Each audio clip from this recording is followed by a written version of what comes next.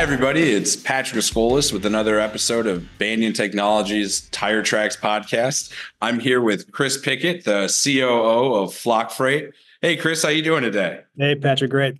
Hey, and thank you so much for joining us. I know that Banyan has a great partner within FlockDirect, Yep. and I'm going to do something that's very tough for me to do. I'm going to play stupid and dumb a little bit, and I'm going to say, and it's not that hard. I mean it. So first off, Chris, I always like to get a little bit of introduction on who I'm talking to and the organization. But let's start with yourself. Who are you? Where'd you come from? And why are you with Flock and in the freight world now? Yes, let's see. I guess I've been it's a loaded question, right? You don't have that all right. Yeah, where's your elevator pitch? I've been in transportation for 25 odd years. I probably don't look that old, but you've got a lot better head of hair than I do, so you're doing all right. Yeah, so I'll start with Flock. So I've been with Flock for almost 3 years. I joined the Flock team in early 2021. Ultimately, what Flock is building is really the world's first scaled shared truckload platform. Okay. And so fundamentally, what that means is we're providing truckload service, which means one truck, one driver, no terminal consolidation to shippers, but they only got to pay for the part of the truck they need. Yeah, kind of what we observe is, in this market, the hypothesis that in the modern supply chain, you kind of have two ways to ship surface transportation, not including intermodal. You've got LTL and you got FTL.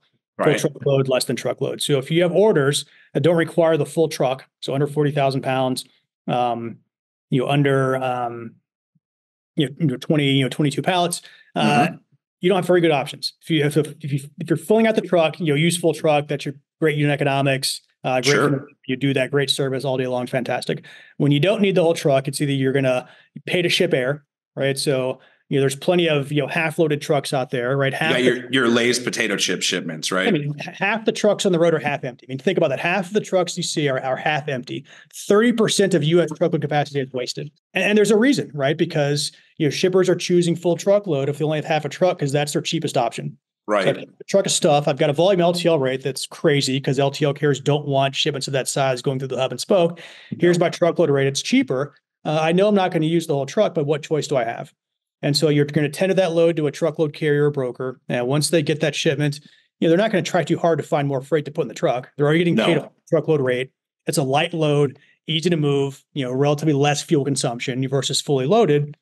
Move on to the next one. And we're going to say, hey, don't do that. Ship it to Flock and we'll give you a rate that's, say, 75% of your truckload rate. Okay. We'll find another shipper that's got another half a truck somewhere en route. And we're going to save them 25%, right? So they're stoked. Now we have, theoretically 150% of the revenue in the shipment. We can then go pay a motor carrier, 20% more what they would make for a typical one pick, one drop over the same miles, because there is an extra stop and yield an attractive margin to reinvest in the business. And hey, by the way, we're also going to, use 20 to 40%, less carbon in terms of the emissions, just by making smarter use of the capacity that already exists in the market today. And so what Flock is looking to introduce is a third mode, shared truckload, right in the middle that says, okay, based on the dimensions of the shipment, what mode makes sense? I can ship it through the hub and spoke, which is going to, take a while, variable transit times, it gets touched. Sure. Along the way, which means different hands, different options, different points for paying. Correct. Or I can ship it full truck and potentially, pay to ship air, or I can, access that same full truckload service using Flock Freight in basically a way that's never existed before, at least consistently in terms of the way we do it. So what makes this unique relative to, say, traditional parcelers, your consolidators is, there is no consolidation point, right? The freight's never touching a hub. And that was going to lead me to the question, is this something that just got done ad hoc before and you're putting an official process, or what did this look like before if someone was doing it? When you talk about a consolidation point, give me a little bit of explanation to that. Yeah. So there are folks that will say, LA to Chicago. So someone goes out, has a consolidation warehouse in LA. They'll find, shippers in LA that have smaller shipments that they're shipping to Chicagoland. Sure. They'll go around, almost like a local LTL, pick up a delivery. You grab those small shipments. They'll come and hang out in the consolidation warehouse until they have enough volume to actually build a full truck, send that full truck to their consolidation point or deconsolidation point in Chicago, then do final mile local delivery. So you're still hitting a bunch of hands, and you're limited in terms of network. That really is just LA to Chicago. Mm-hmm. Or, what we used to do, again, before I joined Flock, I spent, 15 years building Kyrie Logistics, non-asset based truckload brokerage. You have a shipper that's got that half a truck. You'd say, well, okay, I'm going to quote you assuming my full truckload cost. So worst case, it's a break even. Yeah. And once you give me that load, I'm going to stand up and I'm going to say, hey, has anyone else got half a truck moving from, Southern Cal to up the I-5 to Portland? And I was going to say, at a certain point, were you actually in a bullpen standing up, yelling that out? And 9 times out of 10, no, or no, I don't. Yeah. Go get that freight, and you end up just moving it and breaking even. You do what you can, yeah. We're trying to build a more consistent, reliable way for shippers to rely on that capacity and consider shared truckload an independent mode option right there in between LTL and FTL, not just for spot, but also for contract. And so the neat idea, I'm going to tell you why some people haven't done this before. So it's not a new idea. Taking LTLs and creating multi-stop truckloads is, we don't claim to have invented that. God knows we didn't. We'll put the disclaimer at the bottom. Yeah, right. Don't worry. Yeah, what we have invented is the execution, right? So to make this work, in terms of how do we do that, at each shipment we're making effectively 3 informed guesses in terms of how we price that. Right. It's all taken account at the point of sale. And so, for that, LA to Portland shipment, we're going to guess, can we find a truck? Sure. We can find a truck. We're going to make that assumption. Correct. What are we going to pay for the full truck? Which, every brokered carrier is doing the same thing. In some version, what are we likely to spend on a full truckload over this lane? You got a pretty good idea of where you're hitting. But then we have to guess, how much of that truck does this shipment need? How accurate the dimensions? And what's the likelihood, what's the probability of that shipment, finding a companion shipment, or more precisely, a companion shipment showing up in the right space and time to be able to merge with this shipment to create a fully utilized, shared truckload. So that becomes the fun one. How do you wrangle number 3 there? So that's where the tech comes in. So you've got to have great tech, and we've got patented tech for not only the pooling algorithms, which you would expect that we would need. How do you go through all the different permutations? Right, 'cause it's all based on permutation math. And so today, the freight bills we have on our platform today, there's 120 trillion different combinations by which that freight could move and deliver. The vast majority of which are infeasible, right? Yeah, so I was going to say, okay. You filter out all the ones that, based on the laws of physics and hours of service and pick up an appointment window. And Jimmy and his bike is not picking up this pallet, right? Yeah. Because we also load these last in, first out, right? Because the freight never gets reworked on someone else's dock. Right. And so we need to make sure the last shipment on the tail is the first one that gets delivered. And so within those 120 trillion potential combinations, we filter very quickly to the ones that are feasible, right? Based on pickup delivery requirements and, commodity exclusions. Industrial products probably can't ride with food and beverage, food grade.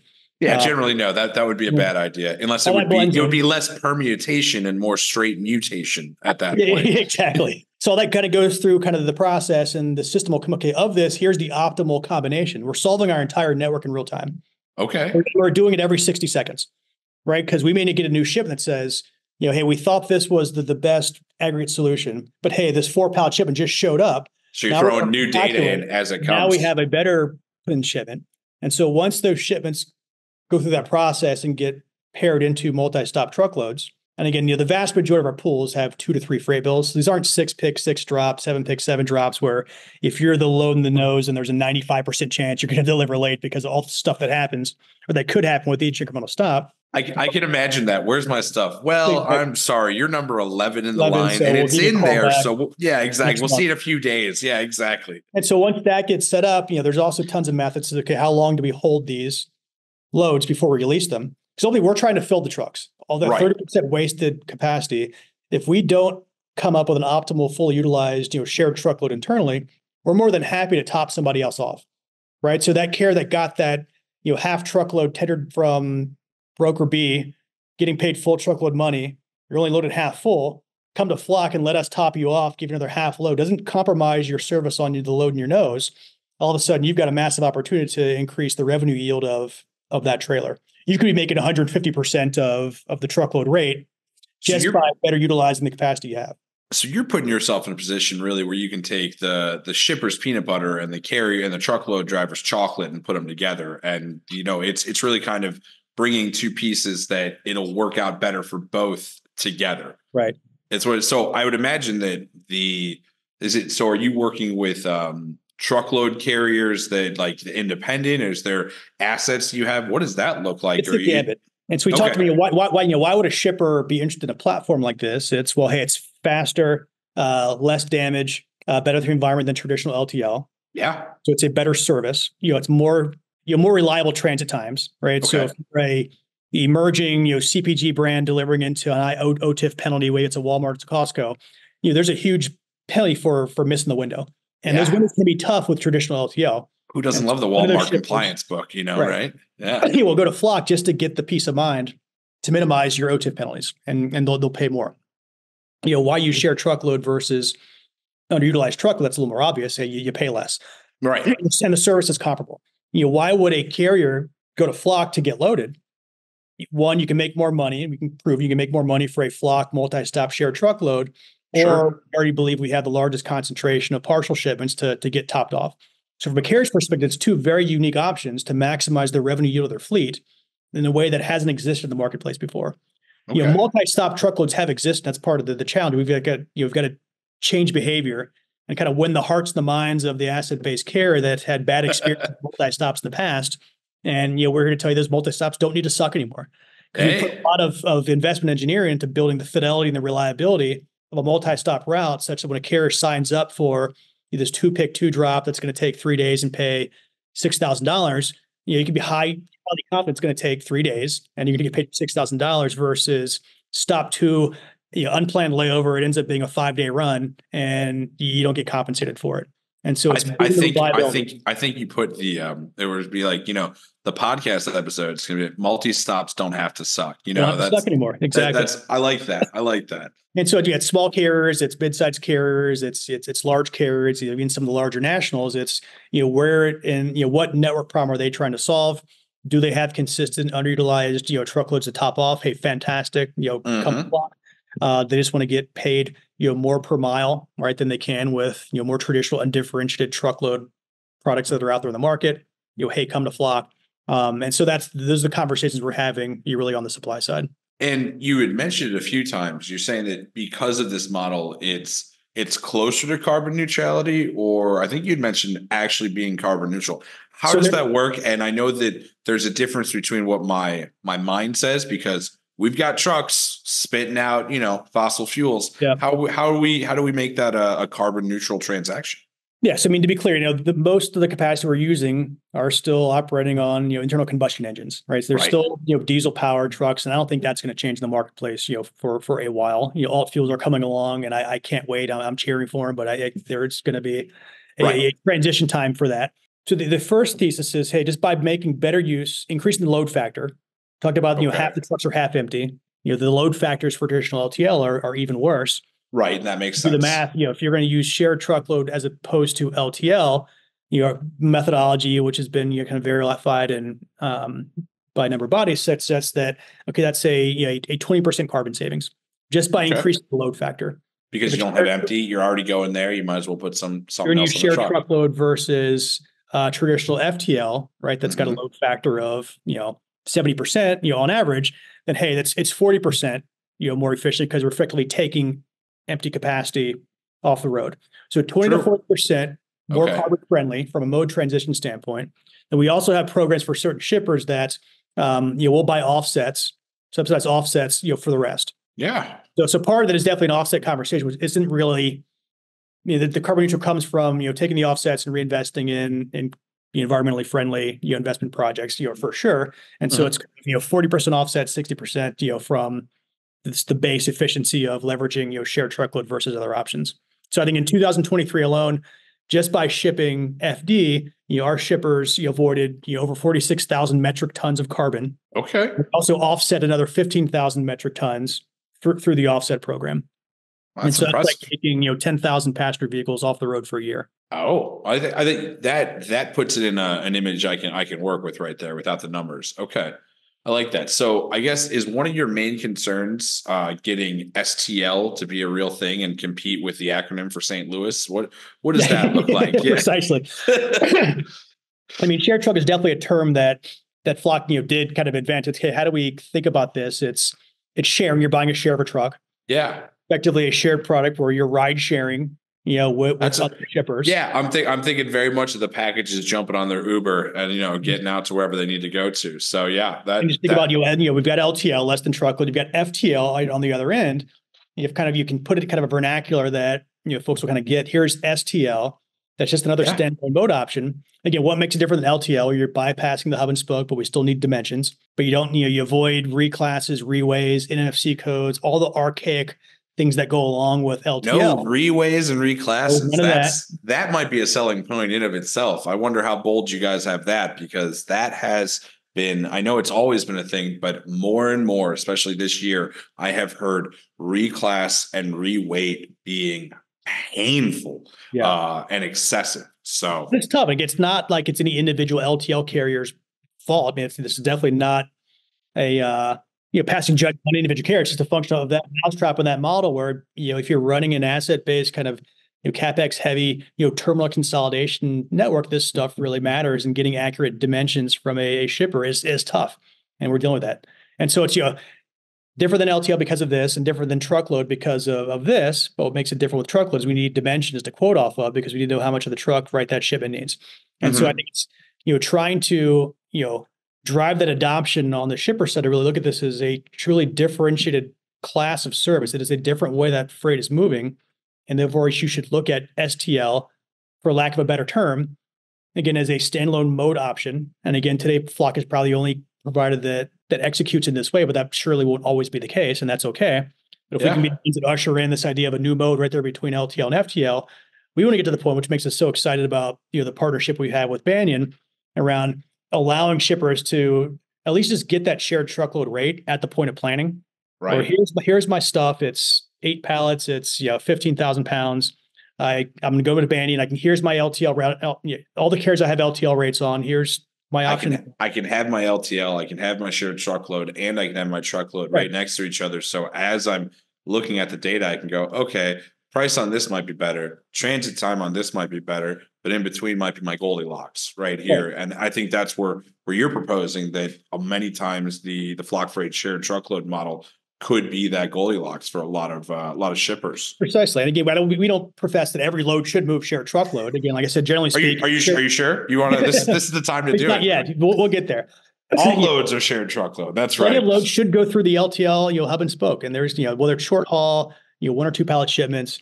The LTL community is fantastic, and there are a lot of fantastic operators that operate in that space. LTL is not going away by any means, but there's a bunch of freight that, especially over-dimensional, that will be better served by moving through a shared model. That ugly freight, right?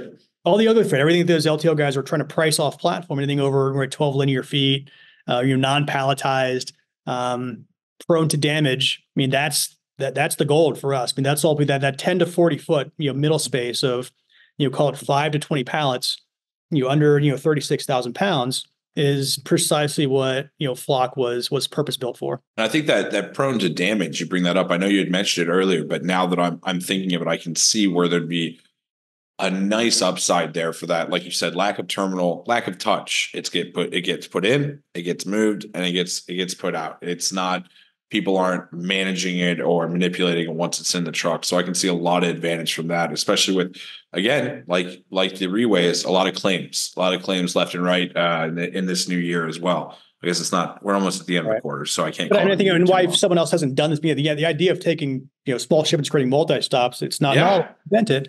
But I think you need 3 things. You need the tech has to be there. And we've got fantastic tech, not just to drive our pooling algorithms and grind through the 120 trillion potential permutations, but also the probability-based pricing, right? That's in real time. We're making those 3 bets to give a probability-weighted price commitment to a shipper. Say, hey, there's X% chance that we're going to be able to pool this. Therefore, it's 30% cheaper than your truckload rate. Once the customer has that rate, we're on the hook. And whether we pool or not, we're going to deliver.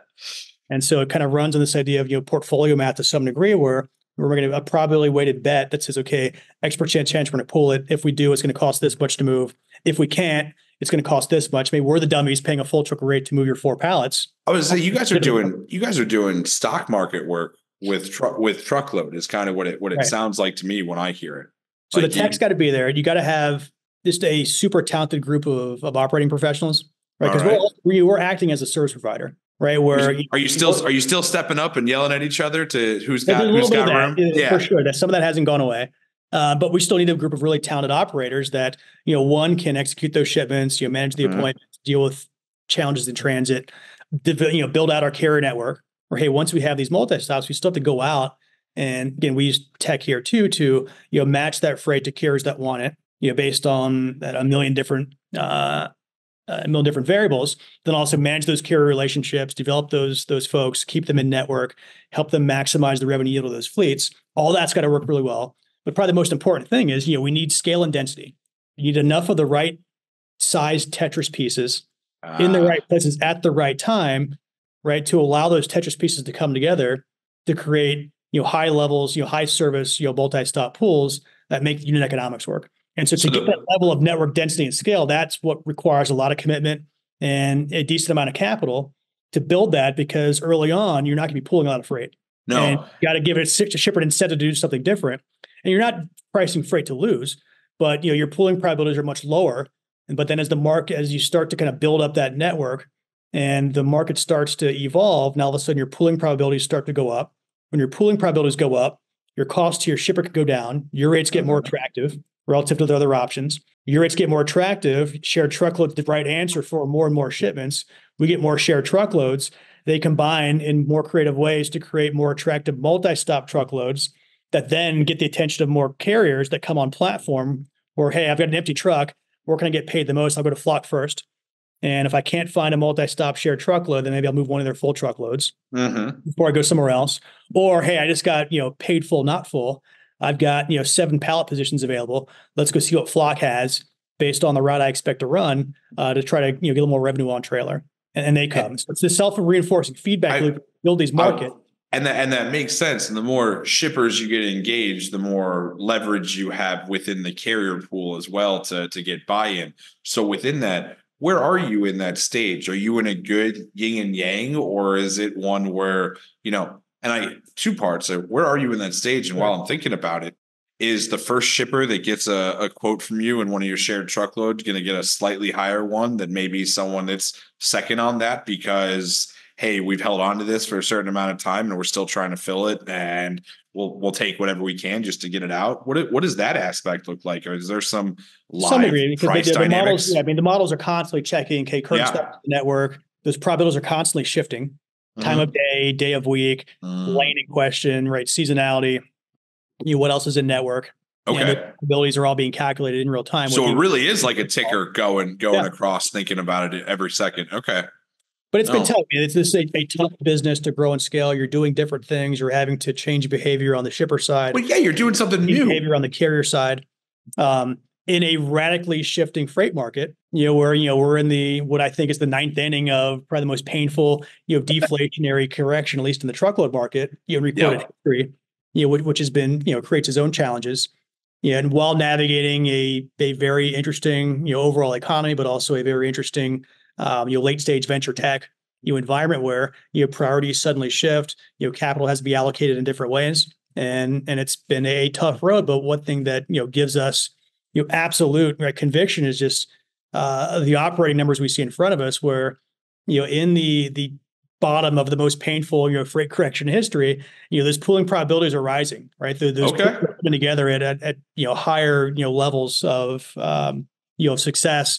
The margins are evolving in a way that it's conducive to kind of future growth. So a lot of things with the business are looking really, really strong. Now we're in the position where we just need to find the most efficient way to scale, right? To get more surface exposure to the demand side of the marketplace, get into more routing guides, get to the point where more shippers are enabled, from a tech standpoint, to look at shared truckload as an option every time they're planning a shipment. And how does someone do something like that? Is that something where they got to get Chris Pickett on the phone? Or does your website have a place where, they can type in the information of what they're looking to move? How, if that's where your next step is to get to the, how does someone come and engage with it? They hear this, they go to a website, or so you can come to the website. So we definitely have a self-service channel, right? For shippers. And so again, as the early stages of flocking and building the business, it was a lot of smaller, SMBs, mid-sized companies. Any way to save money, they're all for it. They'll come to the website, they'll self-service. A lot of smaller carriers, right? That Okay. again, I'll do a little bit of maybe extra work if I have to do that second stop if I get paid more. So let's do that. Right. As the business has scaled and evolved, we're going kind of up market, so to speak, on both sides. Where now more and more of our business is with middle market enterprise shippers, Hey. which have more sophisticated I operations. was saying you're not complaining about that, I'm sure. No, I mean they're fantastic. There's a lot of poolable freight, a lot of freight that's would be better served by moving shared truckload. A lot of pay to ship air, Right. in that segment.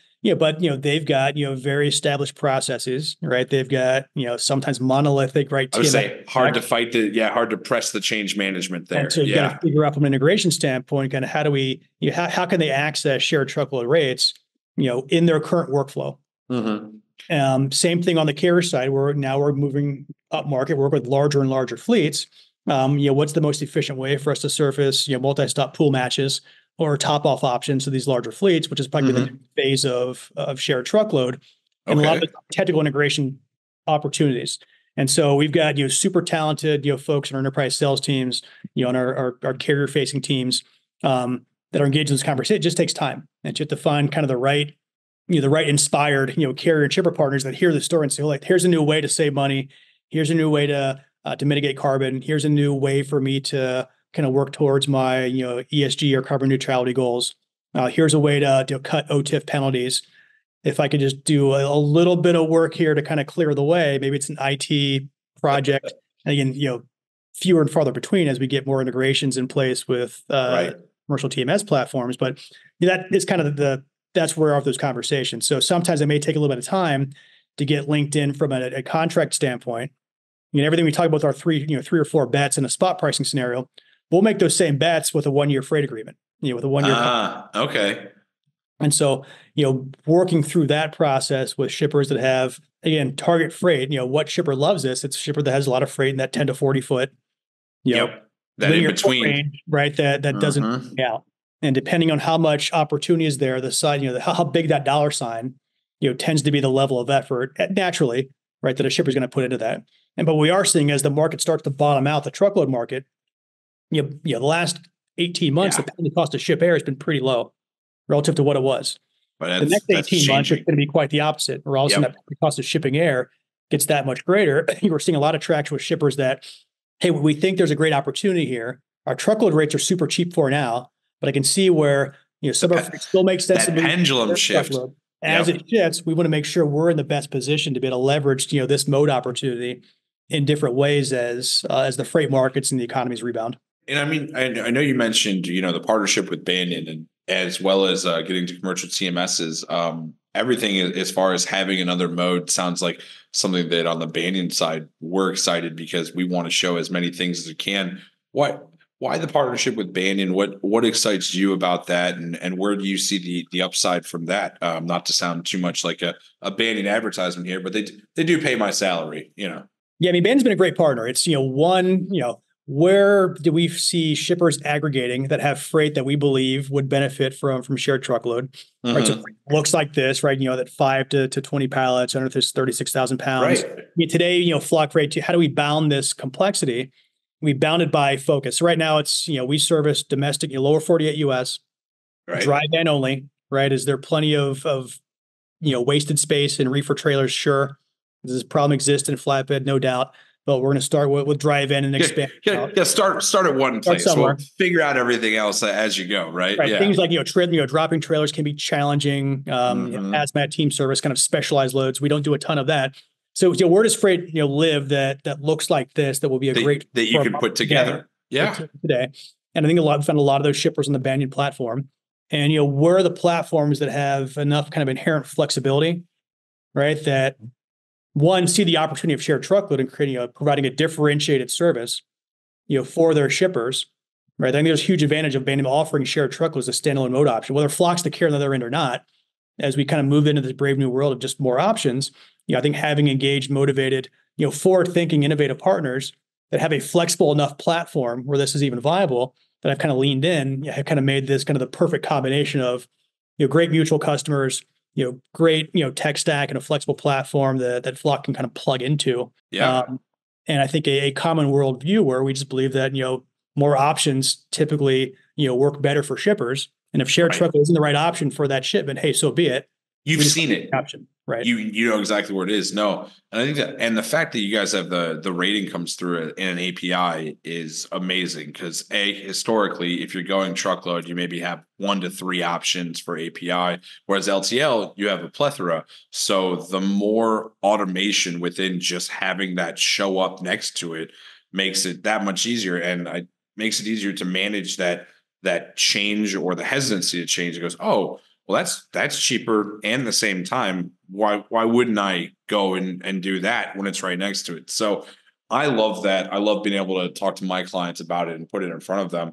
And I know you talked a little bit about like where that future is, but like where if you've got right now where Flock is and you've got your team and you've come a good amount of way here into what sounds like a pretty sweet spot and really trying to get a little as you're at the enterprise level. Where's the next milestone for you? What does that look like for Flock Freight, and what does the future look like within the shared truckload industry? Yeah, I think we've got plenty of runway in front of us just with that small confined, couple, $300 or $400 million of, drive-in lower 48. Yeah. We're, plenty of runway there. I think the next steps beyond that, it's, going into adjacent equipment groups like refrigerated. Okay. Going into flatbed. The pooling algorithms aren't fundamentally different. The capacity is sure, and then the freight is different, and depending on kind of how tricky you get with different temperature zones, reefer can present its own challenges. I was just saying you'll need a new computer just for that part. Exactly. Yeah. Cross border, Mexico, Canada. That's huge with inshoring. The math's not that different. We think there's great opportunity with domestic intermodal. From a dray standpoint, the train's not going to stop along the way necessarily, but in terms of creating, you just go up fast enough along and just throw it in. I can see it right now. It's the next Fast and the Furious movie, Fast and Furious 14 shared truckload intermodal. I got it. But you could certainly put 2 freight bills on a drayage container on an intermodal box and first in first out, origin railhead, pick it up at the terminal railhead, and then drop out in reverse order. That is absolutely feasible. Ocean too. Can you build a kind of a less than container load network without having to stop through consolidation points? Same thing, just creating multi-stops. I was just saying, you get that part straightened out. I know that's where so much pain is that consolidation point from the ocean. So, and then on the supply side, it's we talked about kind of the flock pools, and we're just now getting into more top offs. But I think our long-term vision is, mode is somewhat obsolete. It's here's my stuff, here's a shipment, and these are the dimensions, these are the requirements. Get it to where it needs to go. All different ways I could move it. Let me choose. I've got a shared truckload option or kind of whatever you want to call them. So I think eventually we're trying to build a new mode, but long term, we think the idea of mode kind of falls by the wayside. Defining mode isn't as important as just what you need to move and when you need it to get there. Right. So we're trying to build for speed. So there's the idea that we talked about all the if you've got a order that doesn't require a full truck, you've got a bunch of bad options, pay to ship air, ship it through LTL, hub and spoke. What a lot of shippers will do is they'll just hold the order. So it came off the line, I can't flip a truck. I really want, truckload unit economics for transportation. I want to put it back in inventory. I'm going to wait till another half truck comes off for that same shipper. And now I can, fill out that truck. Okay, you do that. Now you're eating up inventory carrying costs, which in a high interest rate environment ain't cheap. And you're extending order lead times. Yep. And so what if there was a way as that order came off the line, can supply chain just make and release, right? Can you have high confidence that the portion of the truck that you need is going to bump that dock when that order comes off the line when it's ready, just ship the order. And so in this world that maybe operates like that, it's the idea of, hey, we've got real-time visibility of where all the empty capacity is, right? It's not just enough to have a driver's, cell phone ping or even the ELD. Sure, it'd be useful to understand where the power unit is, but we want to know how much, not just how much space is in the truck, but more so how much space is not on the truck. Right? What's the available capacity?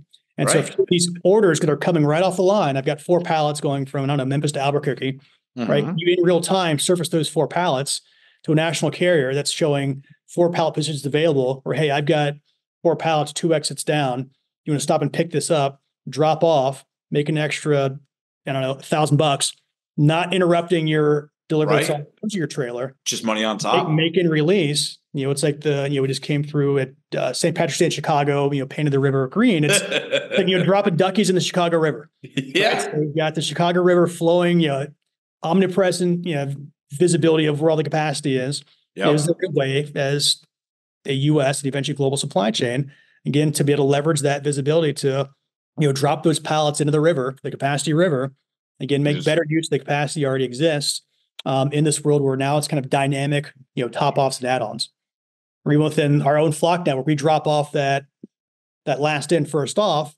We have time to actually pick up another 4 pallets and top them off again, and still have time to make service, on the shipments to the nose. So there's all kinds. The shipment never ends. It just keep piling on. Kind of constantly load. You're always partially or fully full as you kind of navigate your way through the Flock network, depending on eventually where that driver wants to terminate to get home for the weekend. Or he's like, please stop loading my truck. I'm home now. Yeah, no. That's awesome. And I think that I'm excited, and I can start to imagine where some of the consolidation and some of the logic goes in of making that choice versus where the choices are now. And I really like you're trying to get rid of modes, because at a certain point, it's just dropping it in the river and it needs to get to where it needs to get. And it doesn't really matter what you want to define that as. You just want to have the appropriate service options that make sense.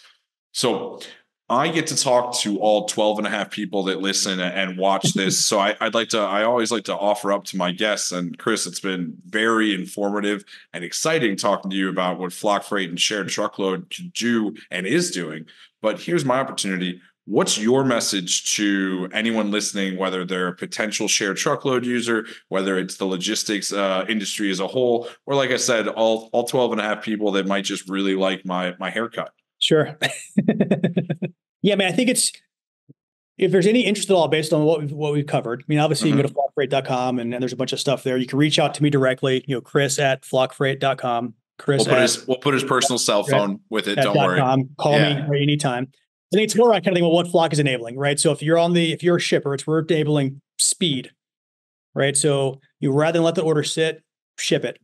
And so if you can kind of offer the higher level of velocity, I think this problem's only going to get more severe, right? These 10 to 40 foot shipments, I think you're going to see more of them, right? Where I think there's these secular tailwinds where I think order shipment sizes are getting smaller, not bigger. Yeah. Whether it's because of demand's getting harder to predict. You have more demand finding its way to closer to the endpoint of consumption, right? To support next day delivery. Same day, man. Same day, next day. Don't want to hold inventory. There's a higher penalty for sitting in inventory idle for any period of time, not selling, or you made too much.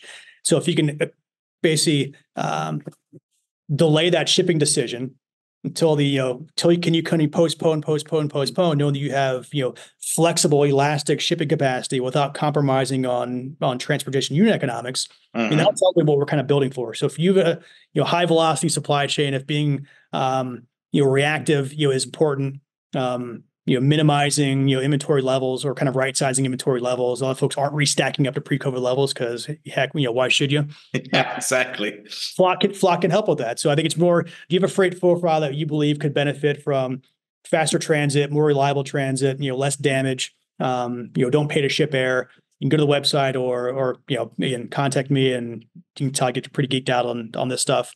If you're on the carrier side and you're in the business of wanting to maximize the revenue yield of your fleet, here's another way to do it. Is it the right solution for every single shipment? Maybe not, but here's an alternate solution to consider, given again your mission to maximize. As I was to say, as a carrier, it behooves just to have you in the network for when it makes sense to get some more loads on the lane you're already doing. Yeah, that's a lot of our banning customers. Is hey, let's just get set up.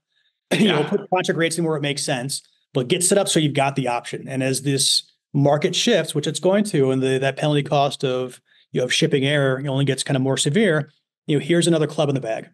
Hey, I like that. And Chris, thank you so much. You heard it from Chris Pickett, the CEO of Flock Freight, saying if you're a carrier, flock it, give it a call, make some more money. And if you're a shipper, don't wait, ship it. Like just get it out there. It's going to cost you anyways. Look into Shared Truckload. So Chris, thank you so much for the time today, the information, and just overall your attitude. I love the energy, and man, you got me thinking about it. So for everybody out there listening and watching, thank you very much for watching and tuning in to another episode of Banyan Technology's Tire Tracks podcast. I'm Patrick Escolas. I won't grow any hair anytime soon, but you should definitely check out Shared Truckload and Flock Freight. And if you're looking at a TMS, check out Banyan. There's a little bit for you there. Yep. Stay tuned, and thanks again, Chris. Really appreciate having you on today. Thanks to Banyan. All right. Thanks guys. Bye.